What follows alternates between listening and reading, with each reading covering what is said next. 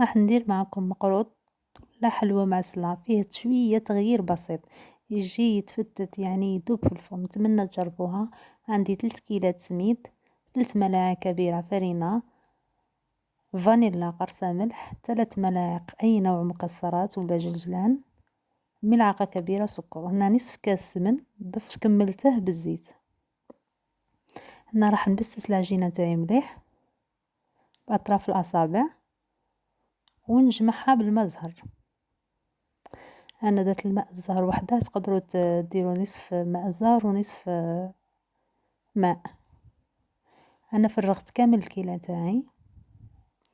هنا كيلو بأي حاجة تحبوها. شوفوا كيفاش يتلم معنا. راح نغطيها ونروحو نديرو التمر. هنا تقدروا التمر يعني تغيروا تقدروا ديروا مكسرات الحشو ماشي لازم تمر. أنا هذا اللي كان متوفر عندي.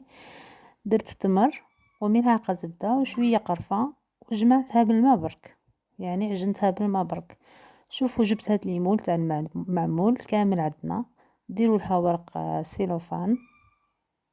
انا ما وزنتش، اللي تحب توزن دير 33 غرام كرات سميد و10 غرام كرات تاع التمر.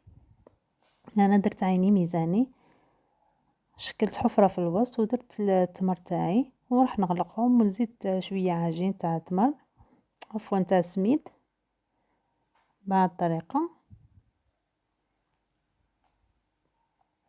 ونغلق عليهم وندير هاد الحركة باش يجيني السطح تاع الحبة تاعي من تحت يجوني كامل ما يجيش مشقق هكذا. ديروا هاد الساشي ولا اي حاجة عندكم باش في سايت يتنحالكم ما يلصق لكمش في المول هكذا. تقدروا تخلوه بعد ما تطبعوه واحد الساعة ولا نص ساعة. انا طيبتها مباشرة يعني ما يتحلش معاكم. ديروها وصفة على ضمانتي، يعني ناجحة ماشي 100% مليار بالمية. هنا بعد ما طابو راح نعسلهم مباشرة وهي وجدة معنا. ان شاء الله تكون عجبتكم وصفة اليوم، وما تنسوش ديروا لي لايك اذا حبيتوا باش يطلع الفيديو لناس واحد اخرين. نقول لكم يعطيكم الصحة والسلام.